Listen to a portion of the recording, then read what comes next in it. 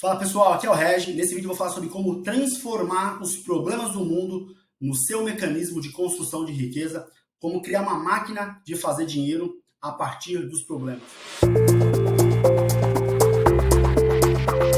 Para poder fazer isso, eu vou explicar em 3 tópicos. O primeiro é a mentalidade, o segundo é como identificar e encontrar os problemas lucrativos, e o terceiro é como que a arte de multiplicar, como é que a gente pode escalar a geração de receita e entender o mecanismo e como é que funciona para a gente poder escalar um negócio a partir disso. Então vamos começar pela mentalidade.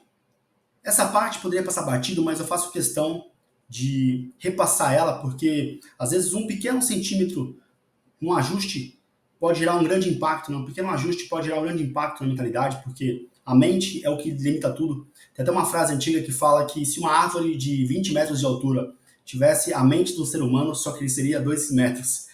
E uma parte disso é verdade, porque o maior desafio da experiência humana vivo é justamente se desenvolver a mentalidade, né, para poder crescer a partir disso.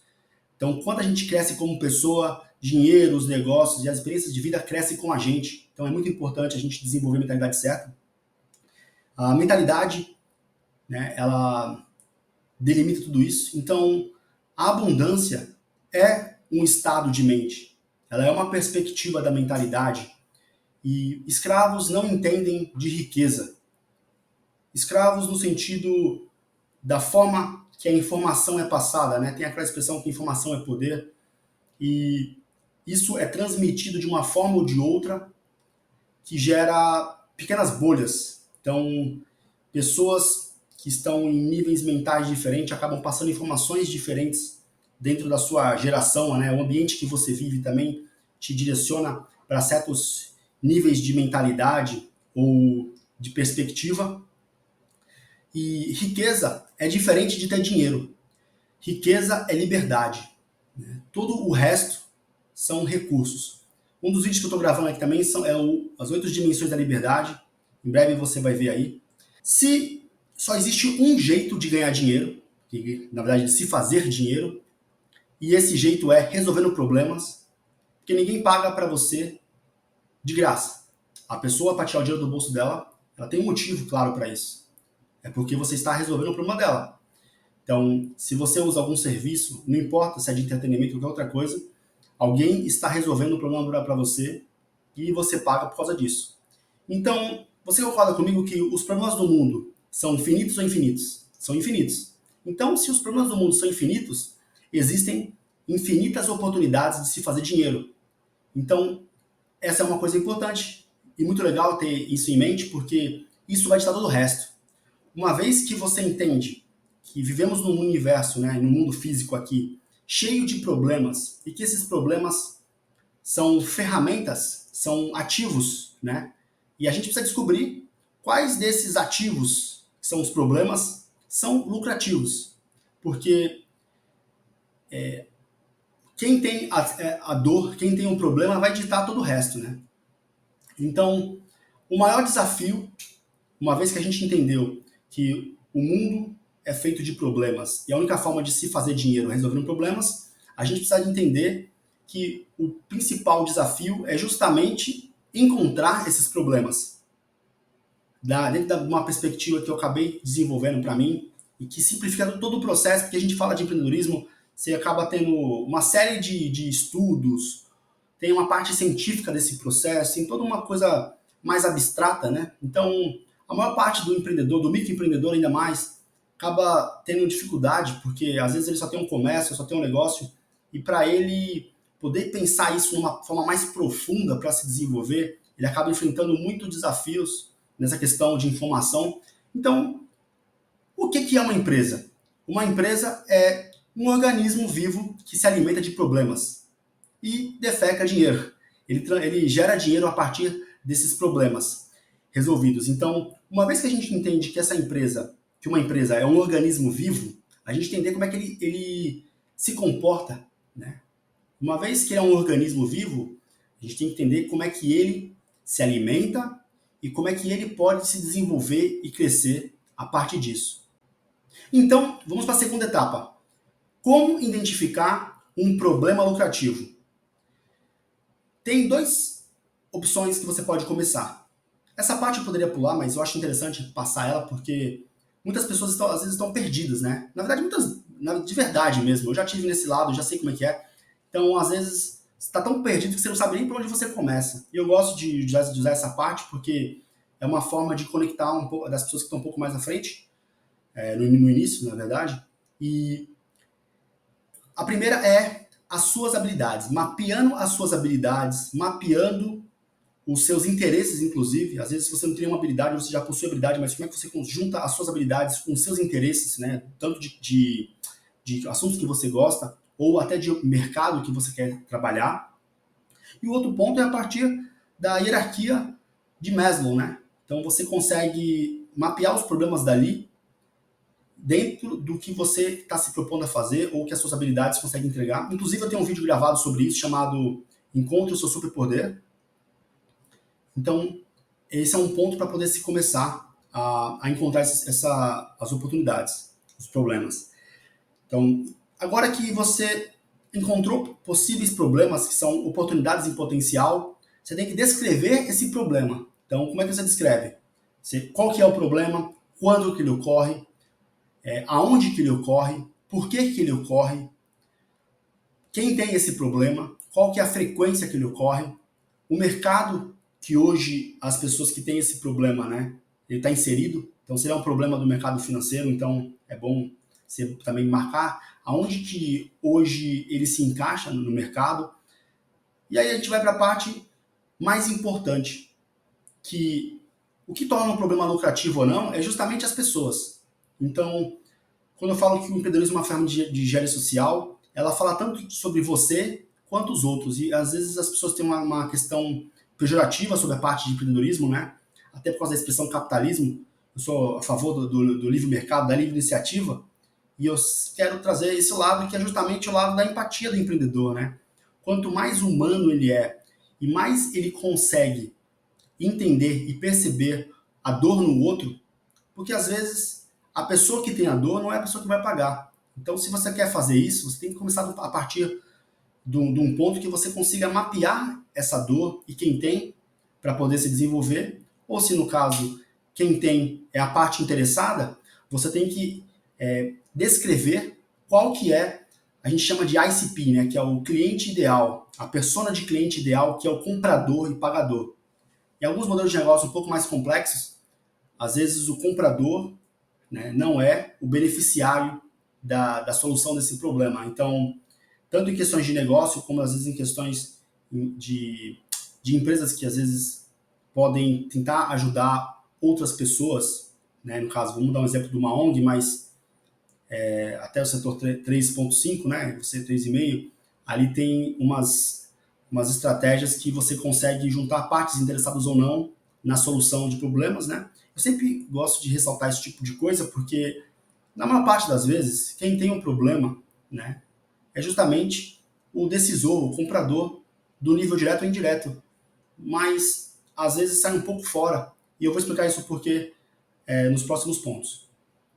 Então, para finalizar essa parte, é importante a gente criar as personas, né, as nossas hipóteses de personas que têm esse problema, aonde eles estão, quais os interesses deles, a volumetria, né, desse problema, então quantas pessoas têm esse problema, e uma das coisas mais importantes, que é o que de fato torna esse problema lucrativo, que é a encontrabilidade. Essa encontrabilidade é como você vai criar mecanismos de vendas para poder encontrar as pessoas que têm esse problema. Você entende que o maior problema do mundo hoje de qualquer empresa é justamente vender. E vender é alimentar esse nosso organismo, né? Então, às vezes tem problemas que são lucrativos, mas ele não tem uma persona definida no ponto de encontrabilidade. E na parte da encontrabilidade, a gente acaba a gente precisa, na verdade, entender como encontra essas pessoas. Porque isso vai definir se seu problema é lucrativo ou não. Por quê? A gente precisa entender os mecanismos de encontrabilidade, né? De você promover a sua solução. Então, a sua solução, para você ofertar ela tem que ser uma oferta. Ela precisa deixar claro qual o problema que ela resolve, como que ela resolve, como você vai cobrar por isso e qual que é a sua solução de fato ali. A oferta ela meio que resume tudo isso. Na sua oferta também, você precisa definir qual que é a sua margem de lucro no que você vai ter nessa sua oferta. Você vai definir qual é o modelo de negócio que você tem para poder ofertar essa solução para o mercado e como você vai cobrar por isso e entregar isso. Qual que é a recorrência dela. Calma aí que eu já vou voltar para a parte da solução da encontrabilidade, que agora sim os esforços de vendas para isso. Por quê? Como é que a gente encontra as pessoas que têm o problema que a gente quer? Se você não consegue definir uma segmentação, por exemplo, vamos supor que você quer vir fazer um anúncio. Se você não consegue encontrar uma plataforma de anúncio, tem as mainstreams, as principais que são Google, Facebook Ads, mas se você não consegue encontrar esses caras ali, ou segmentar o comportamento deles, para que você os encontre, ou às vezes até mesmo no processo de outbound, como é que você encontra essas pessoas, por exemplo, no LinkedIn, ou em outras redes sociais profissionais, ou em grupos, como é que você encontra essas pessoas, né? Como é que essas pessoas se desenvolvem para chegar a ponto de realmente ter o problema que você está resolvendo ali. Então, quando que isso acontece com essa pessoa? Como é que essa pessoa fala desse problema? Como é que ela se comunica internamente dentro da empresa dela? E como é que ela se comunica, na verdade, para o mercado, né? Um dos maiores desafios de qualquer negócio é justamente a encontrabilidade. E o vender é encontrabilidade. O vender é promover a sua solução, né, o seu organismo, para os problemas dos outros. Só que se você não sabe aonde encontrar essas pessoas, fica muito difícil.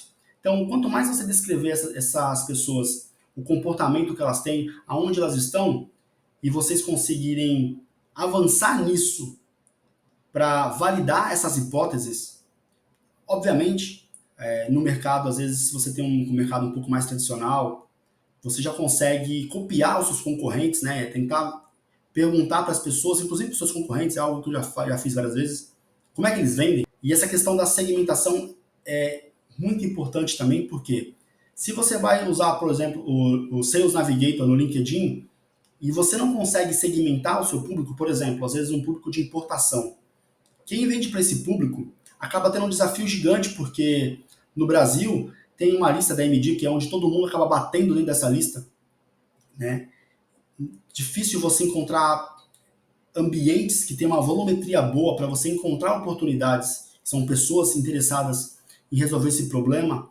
Não existe, por exemplo, um KNAI específico, né, para você encontrar essas pessoas. Então, existe um trabalho de pesquisa muito mais profundo de como é que você se conecta com essas pessoas, né? Quando que essas pessoas, na verdade, vão se desenvolver, as necessidades que elas têm para poder ter o que você está vendendo. Então, nesse caso específico, é muito difícil você, uma pessoa que está tentando estar nesse mercado, sem ser por fora do networking e por um programa de parceiros, desenvolver isso de forma direta com tráfego pago, por exemplo, o que na prática acaba acontecendo, ou às vezes a pessoa usa uma estratégia de conteúdo para poder tentar encontrar pessoas que têm esses problemas a partir desse conteúdo, e a partir dali ele desenvolve essa relação, ou ele tenta fazer na martelada, né, que é jogar para todo mundo ali que ele acha que ele segmenta esse público dentro das redes e tentar ver o que vai dar.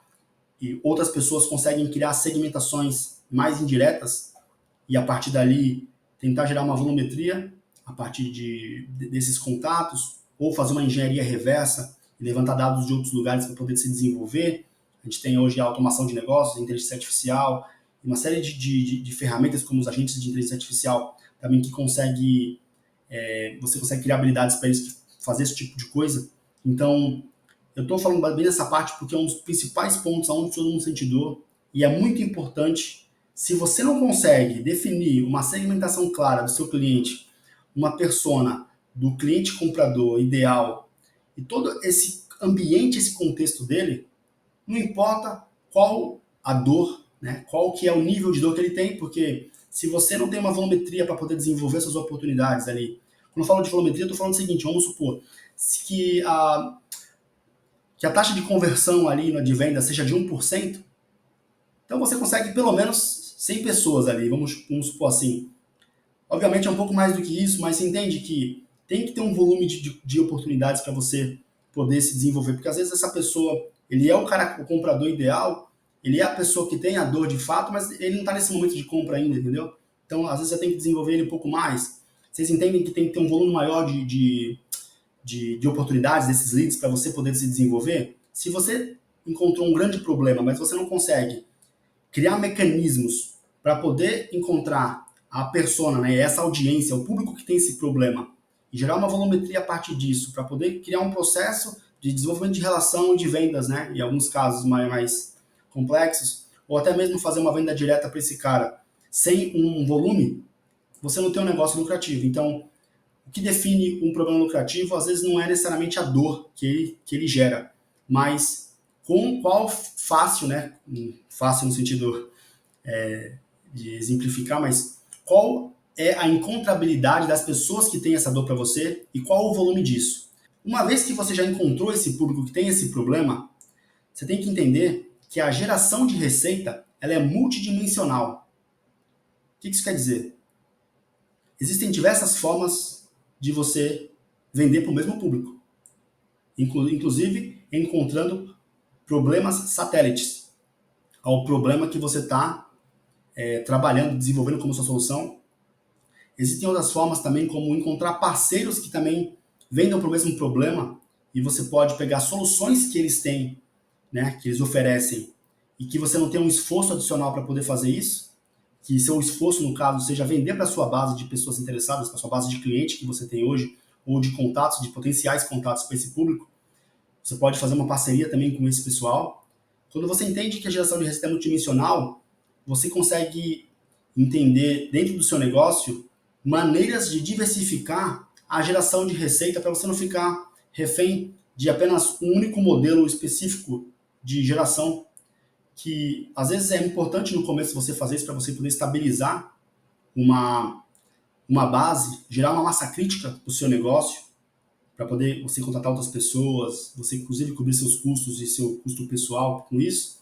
Mas quando você entende que a geração de receita é multidimensional, aquele problema se torna 10 problemas, se torna 100 problemas. Então, o problema lucrativo também nasce a partir disso, porque se esse problema que você encontrou tem uma audiência legal, uma volumetria boa, de fácil segmentação, para você, além de ser lucrativo do processo direto da venda, você também pode lucrar ele de formas indiretas, como nesse caso que eu comentei, que é criar subprodutos para ele, nesse caso direto também, mas você pode vender em outros momentos, como fazendo processos de upsell, cross-sell, e também desenvolver parceiros que podem atender o seu público, né, que também tem esse mesmo problema, ou que às vezes é o mesmo público, mas também pode ter outros problemas, e às vezes esse seu parceiro te resolve um problema que não é seu core business nesse caso, e você pode usar ele para poder vender para essa sua base de cliente, você ganha junto com ele, então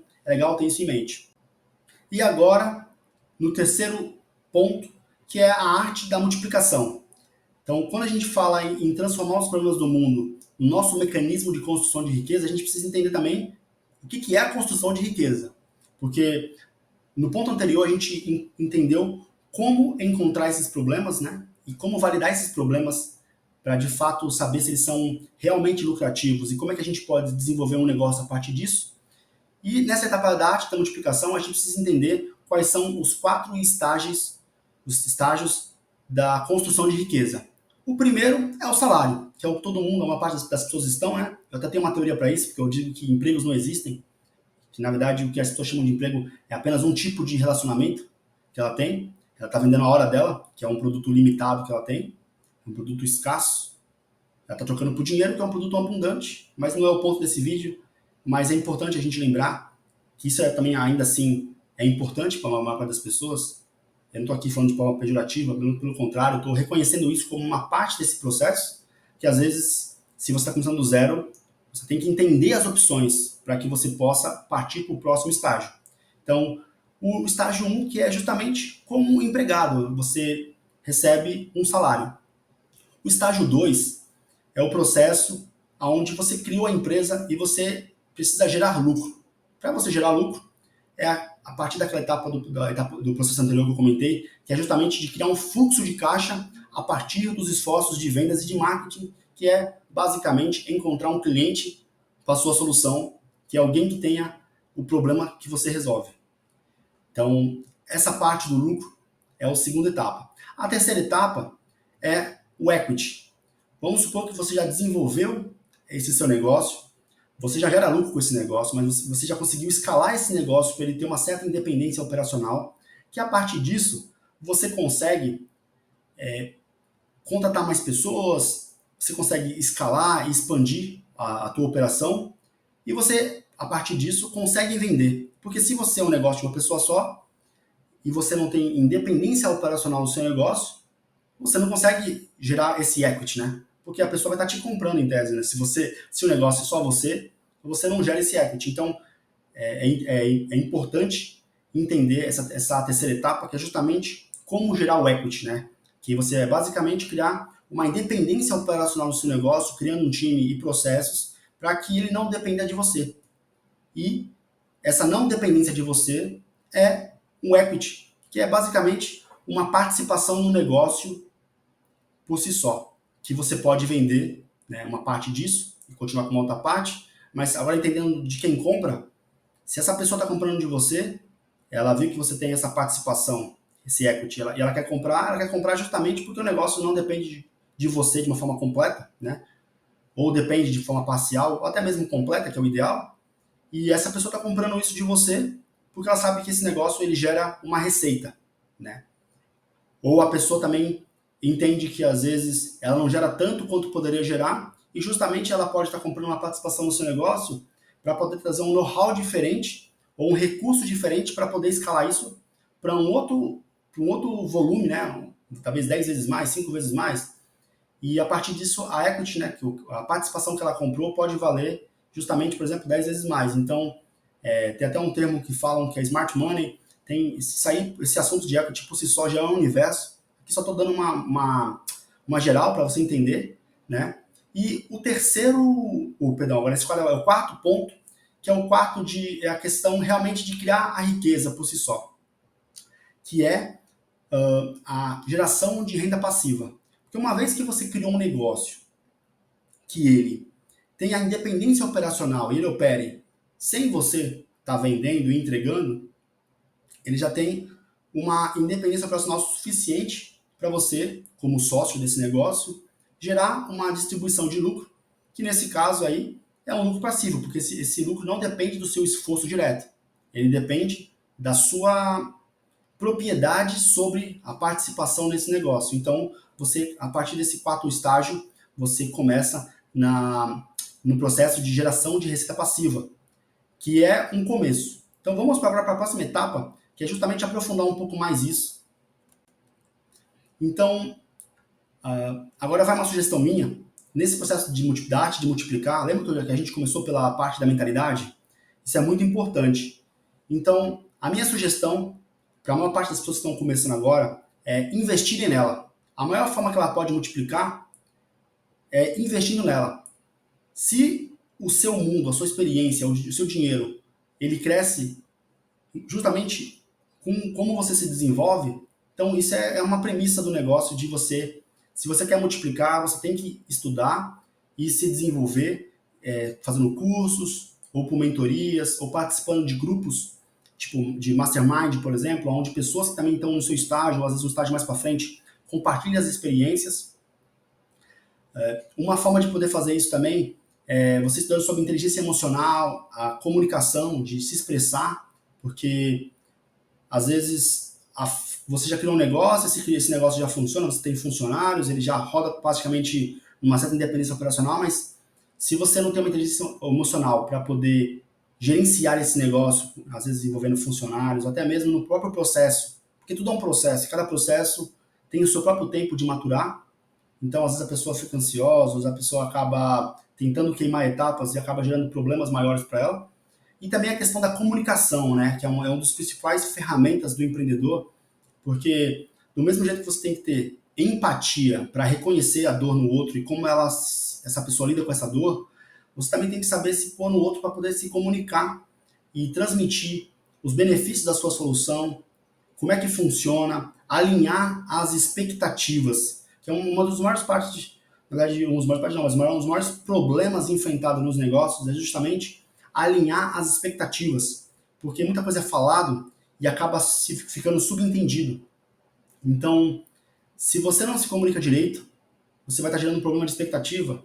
Então, a maior parte, porque às vezes você tem um esforço gigantesco para poder conseguir um cliente e a maior parte das vezes do churn, das pessoas deixarem de comprar o seu produto, às vezes não é nem questão do produto em si ou do ciclo de valor do seu produto, mas as expectativas que elas criaram antes de comprar, entendeu? Então, às vezes, esse processo da comunicação, tanto na questão do material de vendas e na forma como você vende isso e como você se comunica com o seu cliente depois que ele comprou, às vezes no processo também de Customer Success, né, que é de desenvolver, ajudar o seu cliente a atingir o sucesso com a sua solução, ele resolver de fato o problema, porque muitos dos negócios no mercado, você ajuda às vezes o cliente a resolver o problema, mas você não cria uma percepção no seu cliente da solução do problema.